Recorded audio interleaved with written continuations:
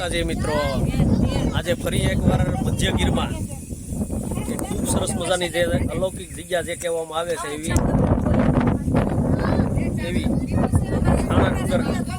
સાણા ડુંગર 4 મઠવાળી જે માતાજી કહેવામાં આવે છે, સાક્ષાત જગદંબા અહીંયા બિરાજમાન છે અને ખૂબ સરસ મજાની જે જગ્યા કહેવામાં આવે છે મધ્ય ગીરમાં એવી સાણા ડુંગર તમે જોઈ શકો છો મિત્રો. કેવી ખૂબ સરસ મજાની જે જગ્યા, માતાજીનું જે સ્થાન, મારા માતાજી અહીંયા બિરાજમાન છે, તમે જોઈ શકો છો. એવી સરસ મજાની જે જગ્યા અને અલૌકિક જે વાતાવરણ કે જે કુદરતી વાતાવરણ જે કહેવામાં આવે છે એવું સાણા ડુંગર.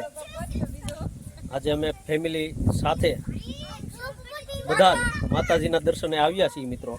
તમે જોઈ શકો છો કેટલું ખૂબ સરસ મજાનું જે વાતાવરણ કહેવામાં આવે છે એવી મધ્ય ગીરની અંદર સાણા ડુંગર જે જગ્યા કહેવામાં આવે છે એવી ખૂબ સરસ મજાની અને અલૌકિક જે કુદરતના ખોળે આવી ગયા હોય એવું અનુભૂતિ અંદરથી થાય છે મિત્રો.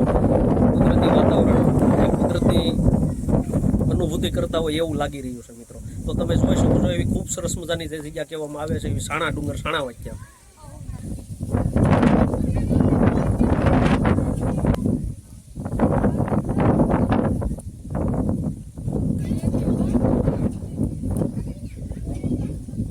જય ગિરનારી. જો મિત્રો તમે જોઈ શકો છો કેવું સરસ મજાનું જે વાતાવરણ કહેવામાં આવે છે અને ખૂબ સરસ મજાનો અહીંયા પવન પણ ખૂબ છે અત્યારે. અને એવી સરસ મજાની જે જગ્યા, આપ આ જગ્યાની એકવાર અવશ્ય મુલાકાત લેશો મિત્રો, આપને ખૂબ મજા આવશે અને ખૂબ આનંદ પડશે આપને પણ. અને અમે ફેમિલી માટે આજે એન્જોય કરવા અને માતાજીના દર્શનને લાભ લીધો છે મિત્રો.